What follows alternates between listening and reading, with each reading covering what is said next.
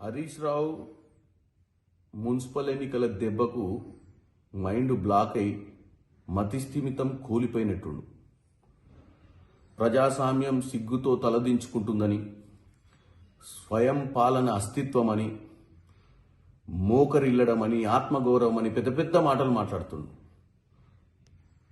మీ 10 ఏళ్ల హయాంలో నువ్వు మాట్లాడే మాటలకు మీరు అర్థం లేకుండానే చేశారు. ఈరోజు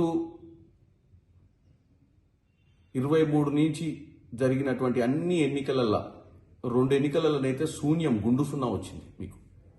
ఒకటి పార్లమెంట్ ఎన్నికలు, ఒకటి మన కార్పొరేషన్లు, ఏదో మున్సిపాలిటీలలో కొన్ని వచ్చినట్టున్నాయి. రాష్ట్రంలో కాంగ్రెస్ ప్రభుత్వ ఆదరణను తట్టుకోలేక మీరు మాట్లాడుతున్న చిల్లర బల్లర మాటలను ప్రజలు పట్టించుకోవట్లేరని చెప్పి ఈరోజు మళ్ళీ ప్రజలను పొద్దున్నే నిన్న సాయంత్రం తప్పుదో పట్టినికి ఒక లేఖ రిలీజ్ చేసినాం. ఎవరికి? మా అధిష్టానానికి. అధిష్టానము ఢిల్లీలో క్యాబినెట్ మీటింగ్ పెడతలేదు.